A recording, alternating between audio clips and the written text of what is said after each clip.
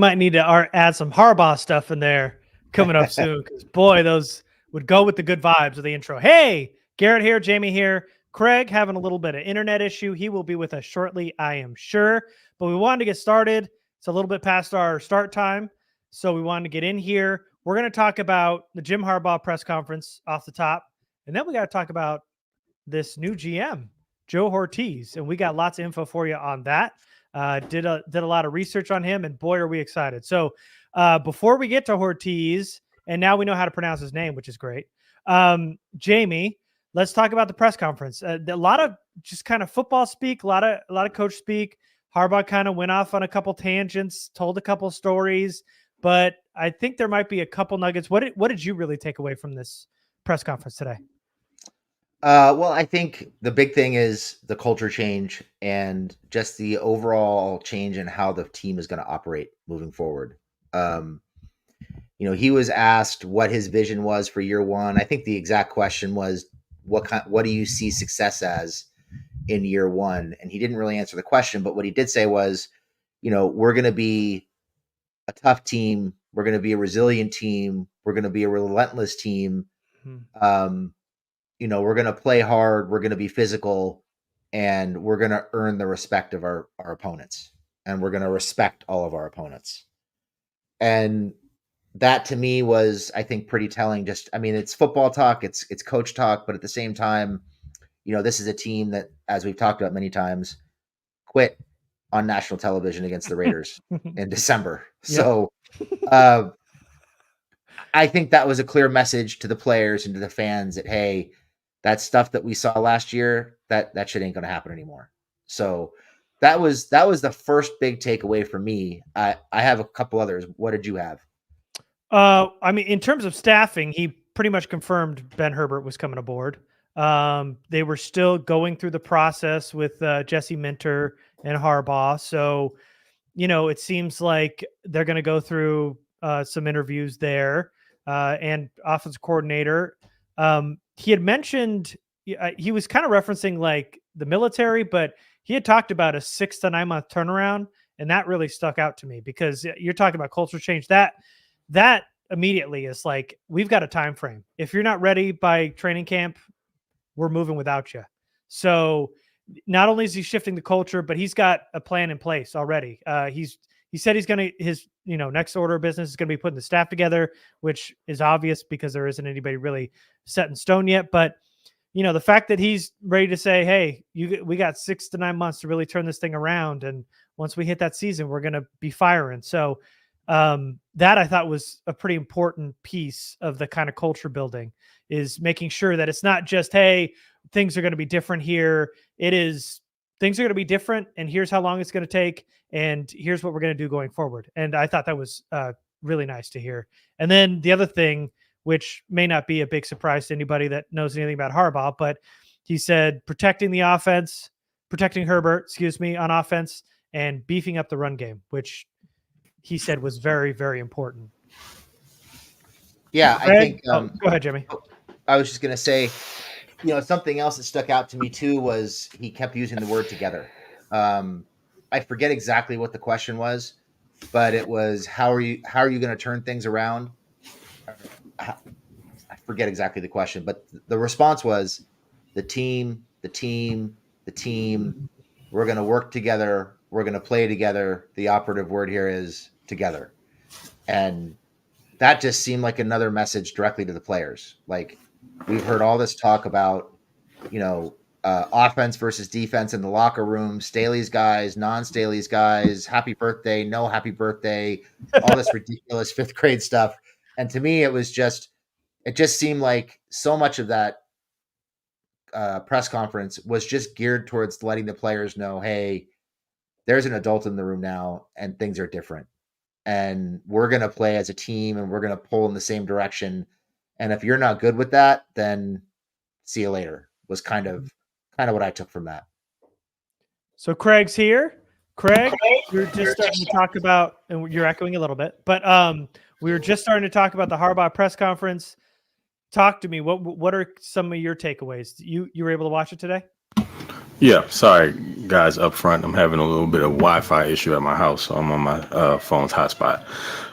Yeah, I was able to watch it. I had a long day at work, but I was still able to tune in. And there were a few things that I took from it. First and foremost, let's go ahead and state this. Actually, Jamie already mentioned it in our text message. Jim's a bit awkward in front of a mic. It's pretty clear, but look, it's perfect because so are Dean and John. So it just works out, especially Dean. But outside of that, there were a few things that I really liked. Yeah, definitely agree with the togetherness side of things. It was a message. Just the way that he stressed the level of importance on the offense and having specific goals and a vision, protecting Herbert being paramount there, beefing up the run game. So take from that what you will, but also the fact that he reiterated it after the fact. He talked about running play action off of the run game and further emphasizes the ground game after that. So you see it's going to be something that's super important to the offense. And also he stressed the importance of wide receivers' ability to block. Mm-hmm. And we know it takes a certain type of player to want to get their, their hands dirty. Keenan's one of those guys. So may make you kind of pay attention to the type of guys they bring in, specifically whether it be through the draft or free agency. He has a type. And also just he put a real emphasis on the fact that the defense needs to score the ball as well. So I believe he called everything collectively a we-fence. Mm-hmm. It may sound corny, but you get it. Definitely he wants everybody to do their part, but there needs to be balance throughout the team. Also special teams contributing there and setting the tone as they start the games off. So you heard some cliche things here and there, but it just backs up what we already know about him. He wants the team to have a tough mentality. There needs to be a focus on playing together. Togetherness is key. And I don't think it's a coincidence that he also mentioned the three clear pillars of the team. When we're talking about foundational players, it's at least the second time that he talked about Herbert, Keenan, and Derwin. He mentioned Rashawn Slater this time and even Trey Pipkins. But I mean, he ran into the dude at the airport. So yeah. I guess it would be in bad taste if you didn't say you talked to him.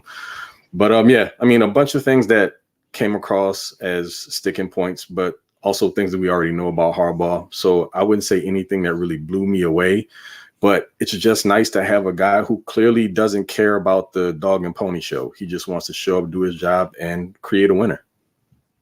Yeah, he mentioned Herbert being the crown jewel, which is even more than just being starstruck by Herbert, it felt like. And he mentioned being fired up about Derwin, I feel like 4 or 5 times. That's going to be a big deal. But yeah, mentioning Keenan and Slater is new, but man, he was very emphatic about being fired up about Derwin James. Yeah, I thought that was an interesting part too. You know, he's talking about Herbert, and there were 3 or 4 times during the press conference where he went out of his way to mention Herbert and Derwin. And he talked about like wanting to run through a wall for Derwin, like, let's go, you know, how Derwin has him fired up. And there's been a lot of talk about, you know, should they cut Derwin? Should they trade Derwin? Should they restructure him? What's going on? Is he still part of the plans? You know, we've heard not stories, but we've heard, you know, speculation that there's a specific role for him in Jim's defense that fits exactly what Derwin is good at. So it seems like Derwin is certainly here to stay, and they're going to work to help him be more effective, which is encouraging. But definitely, you get an idea of who he thinks the leaders on this team are just based on who he mentioned during the press conference. Mm-hmm. And Trey Pipkins. Yeah, but he just ran into him at the airport. That's it. That was just a coincidence. And let's hope so. I also thought, you know, we mentioned defensive special teams, Greg. It felt like, you know, I didn't hear there was some specifics on offense, you know, talking about beefing up the run game, protecting Herbert, having your pass catchers be able to block. But on defense, his first thing right off the bat was defense has to score points and special teams have to score points. It wasn't, hey, we're running cover 2. We want to stop the run. We're going to make sure we get some athletic, you know, bodies at the second level. Nothing in terms of any specifics on defense, just that they got to score points.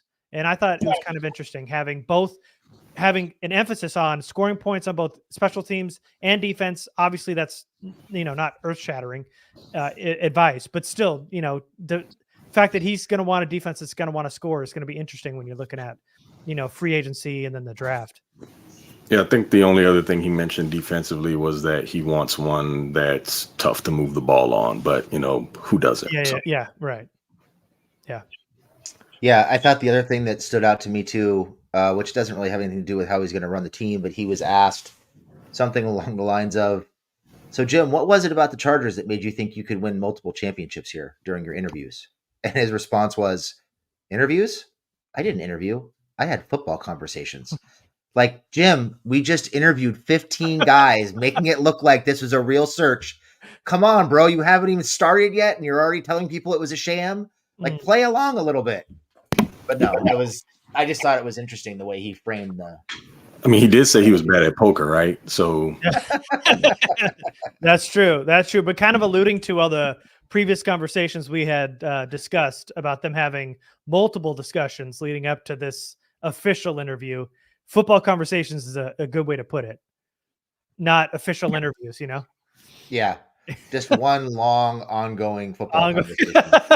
Multiple times, different locations over the course. Long football conversation. Over a course of 6 months. Yes. All right, cool. So, anything else before we move on to Joe Hortiz? Anything else from the Harbaugh press conference we want to touch on? That's it for me. But you guys have anything else? We are the storm. Oh, did you like that one? That was actually pretty nice. I mean, it's corny, but still, of all of like the cliche things that he says, that was probably the coolest, man. I could see that sticking. It's going to end up on a t-shirt. There's a question here. In the Discord, they're saying he took shots at Staley. What did he say? I think what they were referring to was somebody asked him something about like, what's the chain of command or who do you answer to?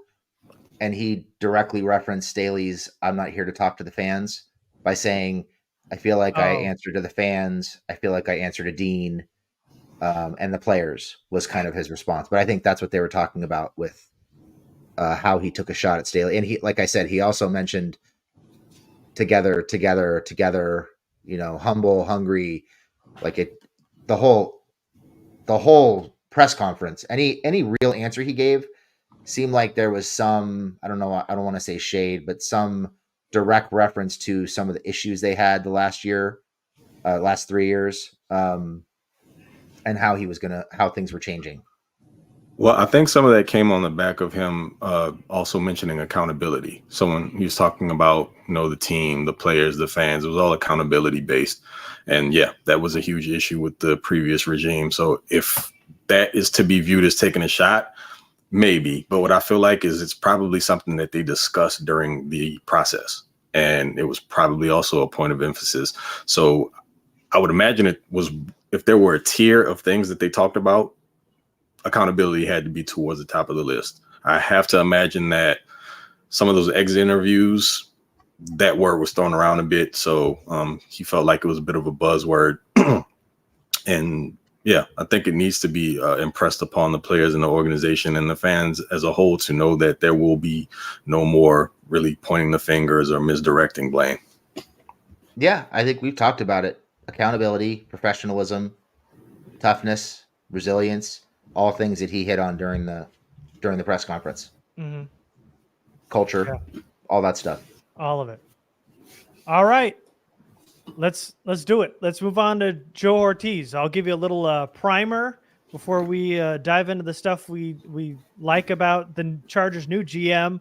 So Joe Hortiz started out as a personnel assistant with the Ravens, went to Pro Scout, Area Scout, National Scout, went to Director of College Scouting, Director of Player Personnel, and now currently the GM of the Chargers. So clearly a guy who took every step on his trajectory to becoming a general manager. As 8 years as a scout, Hortiz got promoted after years of success, and they moved him when they promoted him. They told a story that Hortiz personally scouted the Auburn guard Ben Grubbs in the first round, who ended up becoming a Pro Bowler. And they said, "Hey, this Hortiz guys is pretty good." And this guy that he went to bat for ended up being pretty good. Became a Pro Bowler. So then they moved him up to Director of College Scouting.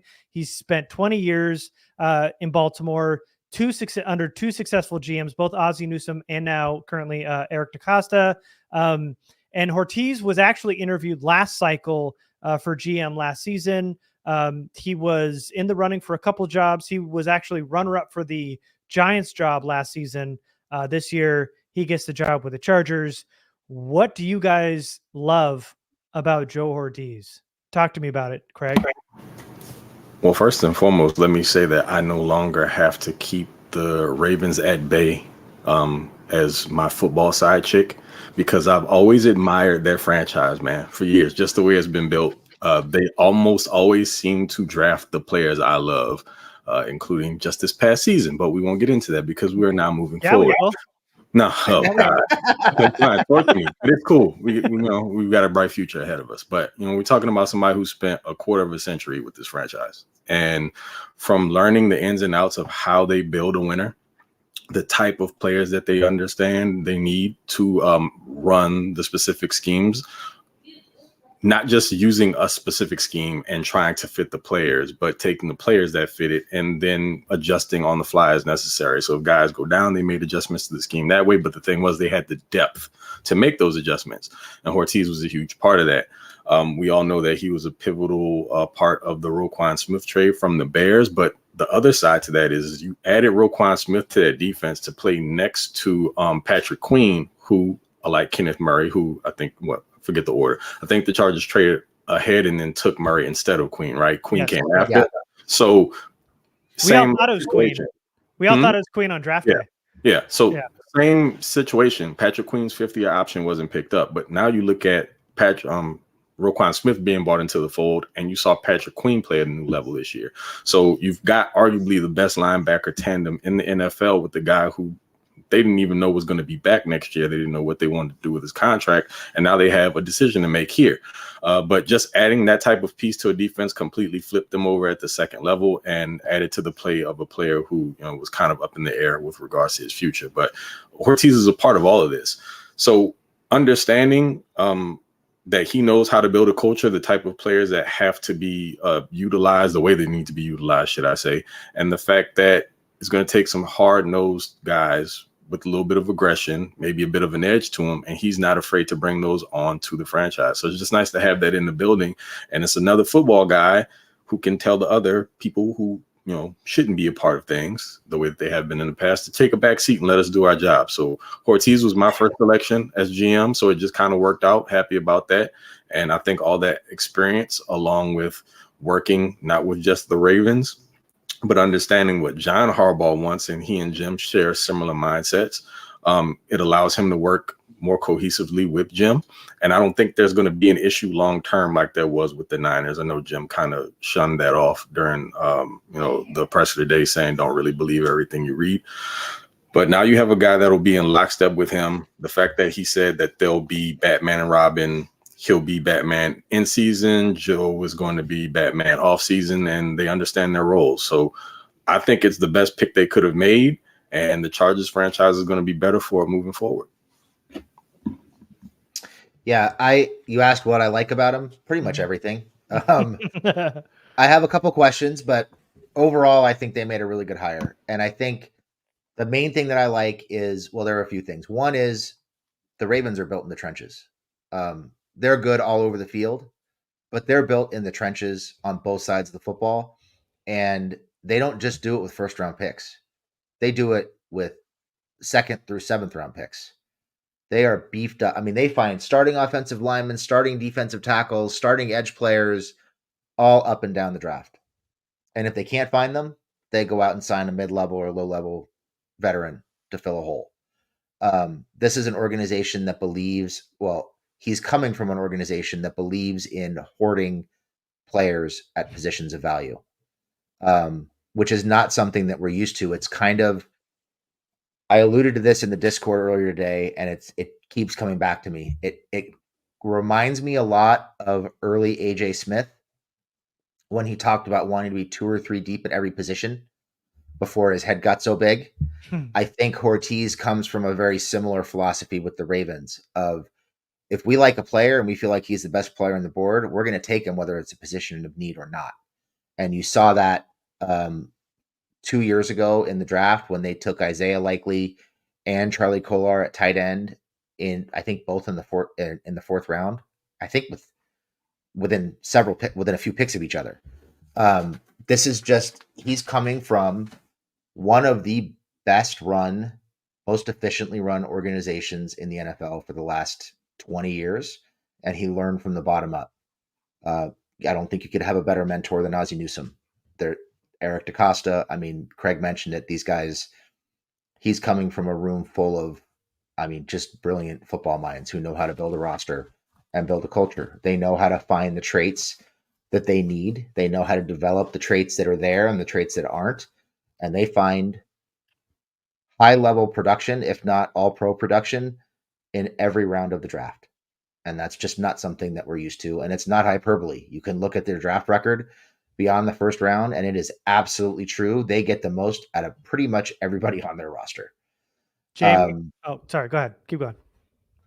So that's the big thing for me is I think we're going back to kind of we're going to an old school shift in philosophy in terms of hoarding players, being physical, being tough, being built in the trenches, and beating the shit out of people up front. And I think that is something this team has needed for a long time. And I applaud them for being willing to take that step in an era where everything is becoming, relying on the pass and kind of becoming, I don't want to say soft, but more finesse in a lot of ways. And they're going the other way. And I think it's a great shift. And I think you're going to start seeing them bring in guys specifically for toughness in this offseason, whether it's free agents or in the draft, guys that make them more physical and tougher up front. And we're going to love every second of it. So you guys both alluded to it, and I'm happy you did, because you set me up here, and it feels like we've been doing this podcast for almost 10 years, Jamie, because it really is lock and step here. So if you look at just doing research on Hortiz, he's got a one sheet, like basically his little resume with the Ravens. And the team, on the team site, this isn't just a fluff piece or a bio on his own website. On the team site, Hortiz was credited during his career for drafting players like Joe Flacco, Ronnie Stanley, Zadarius Smith, CJ Mosley, Timmy Jernigan, Kelechi Osemele, Brandon Williams, Torrey Smith, Jimmy Smith, Kyle Juszczyk, Dennis Pitta, and Ben Grubbs. So that's a guy who had his hand in, if not the guy pounding the table for those names. Now, when you talk about how good the Ravens organization has been, Hortiz has had his hand in it. And I agree with Craig here. He was my number one choice for GM2 with the names that we saw. Brown was fine. A lot of people liked Ed Dodds. I didn't like him as much as I do Hortiz. With this organization, the Ravens, the hit rate from this organization in the first round is absolutely fantastic. I put a graphic together of Joe Hortiz and what he's had his hand in first round picks with the Baltimore Ravens. And those names are, during his scouting time, it was Todd Heap, Ed Reed, Terrell Suggs, Mark Clayton, Haloti Ngata, Ben Grubbs. He gets the promotion to director of college scouting. In the first round, Joe Flacco, Michael Oher, Jimmy Smith, Matt Elam, CJ Mosley, Brashad Perryman, Ronnie Stanley, Marlon Humphrey, Hayden Hurst, Lamar Jackson. They go, hey, this Hortiz guy's pretty good. Let's promote him to director of player personnel. And then he drafts Marquise Brown, Patrick Queen, Rashad Bateman, Dofe Owe. Am I saying that right? Maybe. Odafe Owe. Yeah. Thank you. Kyle Hamilton, Tyler Lindenbaum, and of course the aforementioned Craig. Sorry about this. Zay Flowers. That is a man who knows what he's looking for. And then Jamie's talking about getting it. So it's not just first round picks. You're most likely to get your hits on a first round pick. But what the Ravens do is they build within, and it's all about homegrown talent. Under his watch, not only do you get longtime starters in your first round, you get them through every single round. Hortiz has been in where Brandon Williams and Carl Davis were picked in the third round, longtime starters. Jarrett Johnson and Zadarius Smith in the fourth round, longtime starters, franchise cornerstones. Pernell McPhee, Matt Judon in the fifth round, starters, big-time starters for other organizations too. On the offensive line, Marshall Yanda, Orlando Brown in the third round. Ben Powers, who's a starting guard for them now in the fourth. Jermaine Illuminaire, who ended up going and being a starter for the Raiders later on, and the Patriots. Ryan Jensen. They got Luminaire in the 5th. They got Ryan Jensen, a Pro Bowler, all pro in the 6th round. You get a guy like Ladarius Webb in the 3rd, longtime starter in that secondary. In the 3rd round, they get a guy named Mark Andrews. Not sure if you know who that is. Tight end. Eric Dixon in the 3rd round. Dennis Pitta in the 4th. They got, I don't know if you guys know this, Darren Waller in the 7th round. They know what they're looking for, dude. Tyrod Taylor in the 6th round, Kyle Juszczyk in the 4th.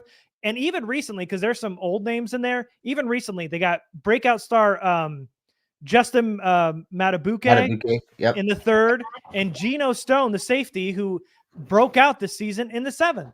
It is all homegrown talent. They know what they're looking for. Ortiz had his fingerprint all over all of this. And we're not just talking about the stars in the 1st round. We're talking about building out throughout the draft in the day 2 and day 3 as longtime starters and cornerstones of your franchise. This guy knows what he's looking for. And you see with just a few of these names that the hit rate on Hortiz and the way he's been with this organization, while obviously the GMs, Newsom and Acosta deserve some credit.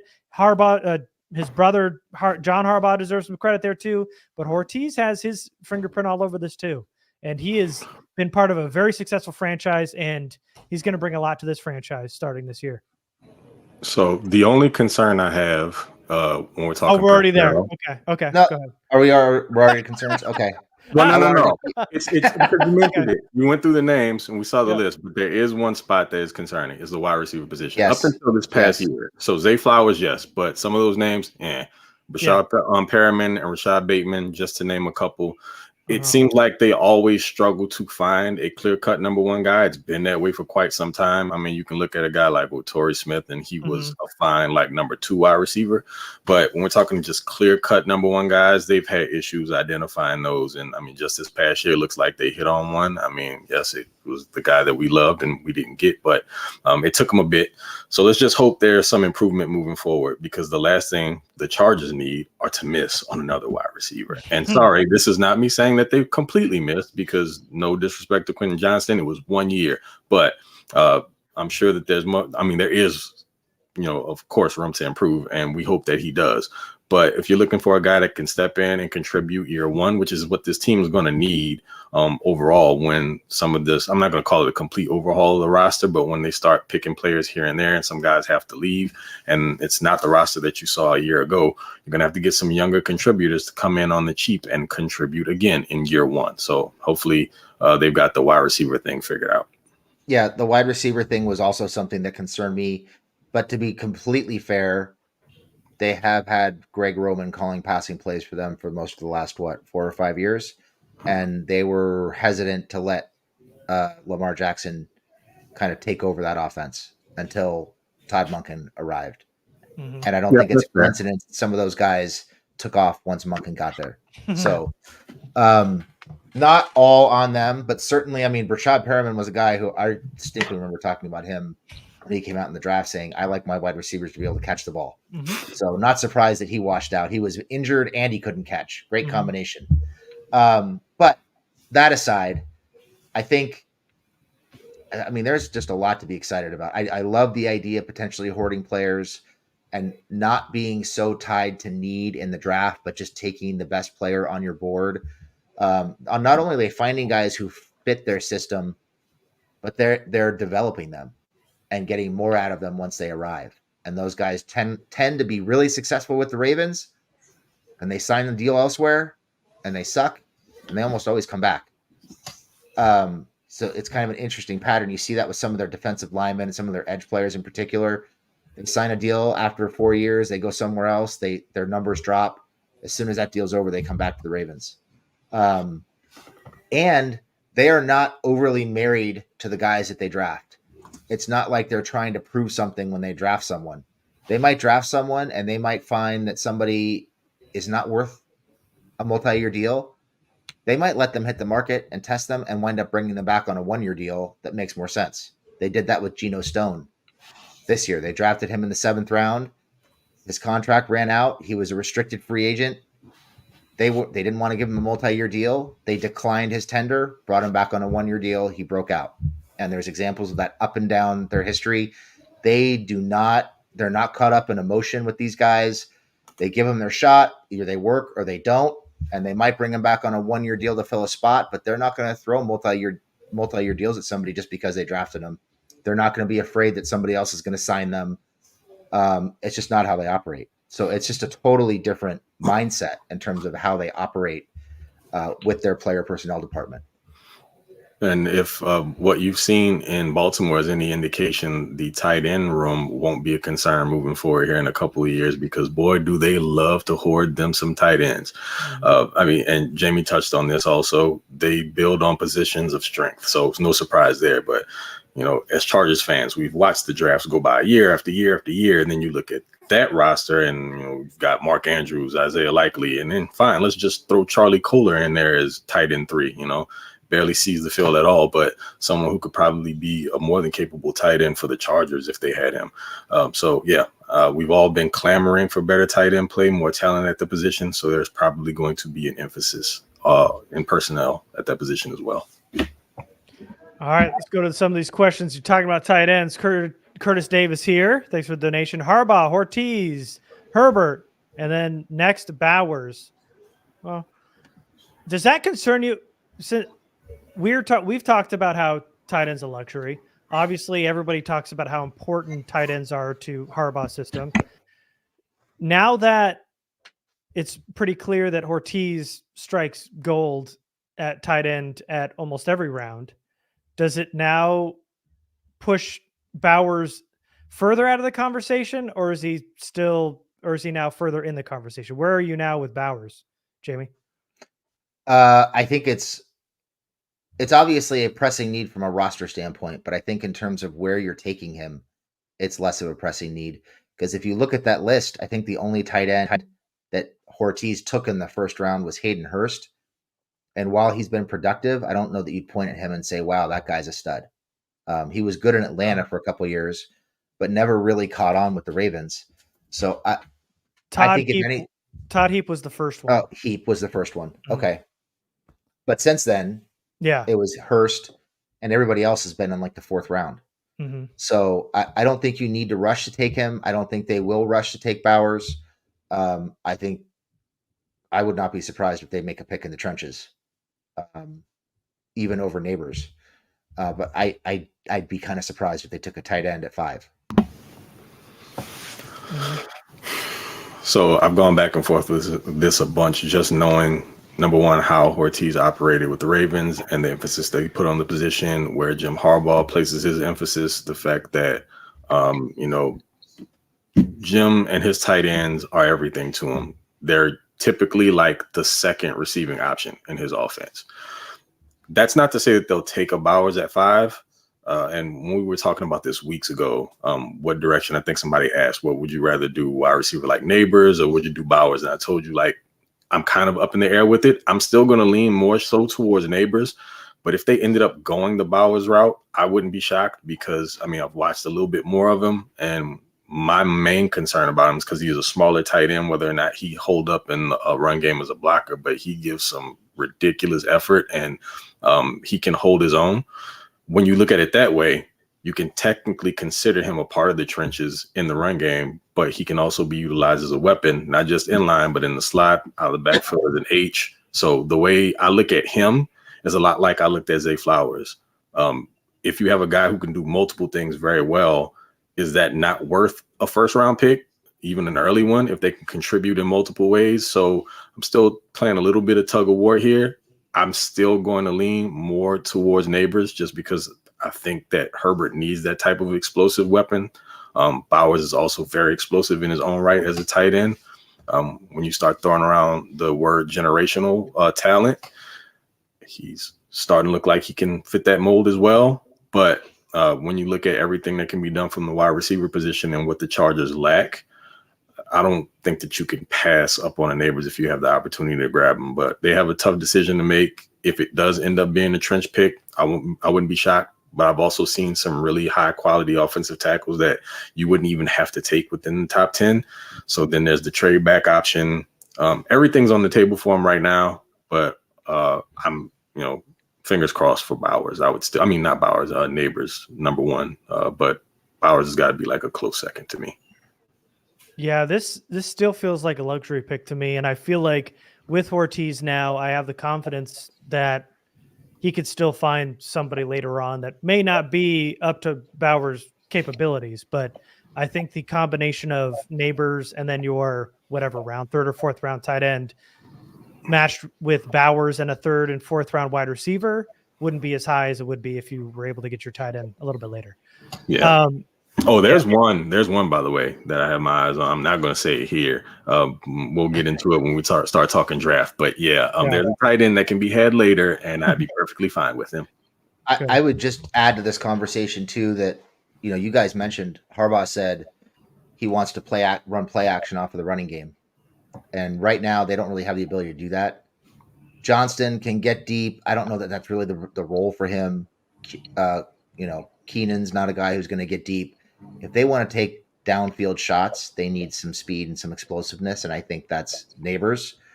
And I think Neighbors does more for the offense in terms of opening things up underneath for Keenan than a guy like Bowers does, who kind of, I think, more clogs the middle. Not that clogs the middles, it sounds negative, but I just think you open up the deeper part of the field more with Neighbors, and it opens up things underneath for Keenan more, which is something that he needs.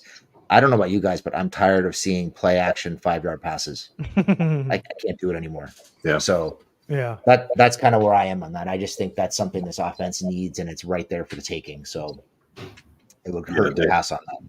No ability to threaten or blow the top off of the defense right now. So if you have the opportunity to get a guy who can do that, and I mean, there are other players with speed, but I think it's more than just a speed thing. Neighbors brings a lot more than that, but as far as just overall explosiveness, he's probably the most explosive wide receiver in the draft. All right. And then from Stanley here, talk about Ben H. and their analytics guy. So how are you guys feeling about Herbert coming over? Ben Herbert. I think based on everything we've heard, it sounds like he gets a lot of credit for changing the culture at Michigan. I mean, Michigan was a mess when Harbaugh got there. Oak and Rich Rodriguez left that program in complete and utter disarray. And he brought the toughness and the competition, which I think is something the Chargers have been missing at multiple spots on the roster. And he developed football players. So I think that's a huge get for the Chargers. Hopefully it will lead to fewer injuries, guys being in better shape, guys competing more with each other on the field, and guys being able to play a full 4 quarters, which is something they've struggled with since forever. Yeah, and JJ Watt, I think it was JJ Watt today, said he was a culture changer. So yeah, I mean, it's a great thing to have. And I don't know much about him, but everybody raves about him. The coaches do, the players do, and the Chargers have needed that for a very, very long time. So if you're changing the culture, it feels like the Chargers are basically tearing it down to the studs and rebuilding it out. And Ben Herbert's a good start in that room. Herbert looks like a maniac. You see some of the videos of him and training guys in the weight room, and I believe he was J.J. Watt's strength coach at Wisconsin for a bit, so he has firsthand knowledge of him. He's someone that, in college, it's a bit different because the strength and conditioning coach has a huge effect on the team. They spend a ton of time with the guy. At the NFL level, he may have to change things up just slightly, but I think the intensity that he can bring, that personality will resonate throughout the team, because it has been a very soft team, not just from an injury standpoint, just in general. Like, the culture of the Chargers has not been known to be a tough one, and you're adding these figures, whether it just be your head coach or other people that are part of the staff. I think as many of them as you can get, the better, because you can start to weed out some of the players that don't belong. They'll probably do that on their own because they won't want to put in that type of work.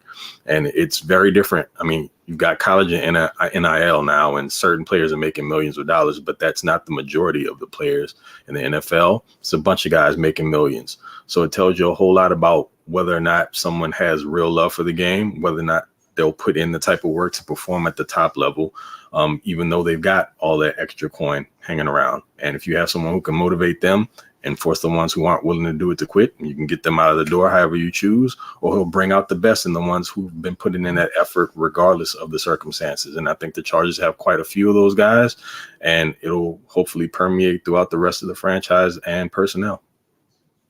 And then the analytics guy that they brought in, huge, as Stanley is saying.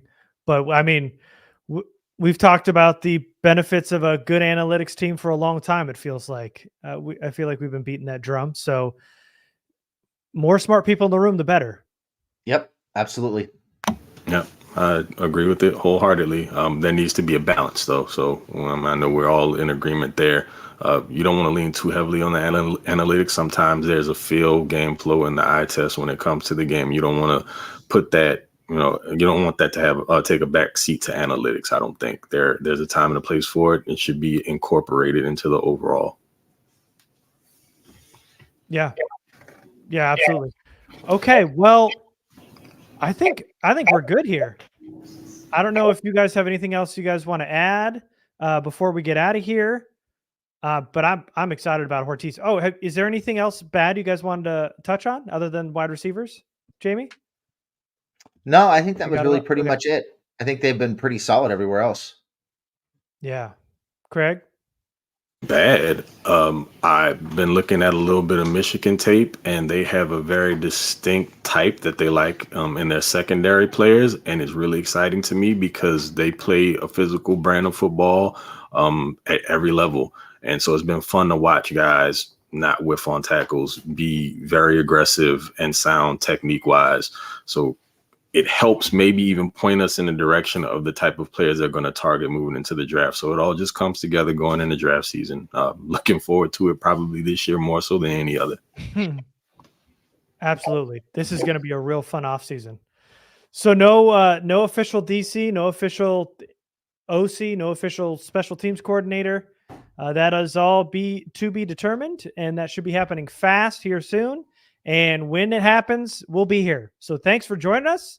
Talk about the press conference and Joe Hortiz. I'm at Garrett. Jamie's at lightning_round. Craig at top_flight3. Thank you so much for watching, and we will see you next time. Thanks, everybody. Salute.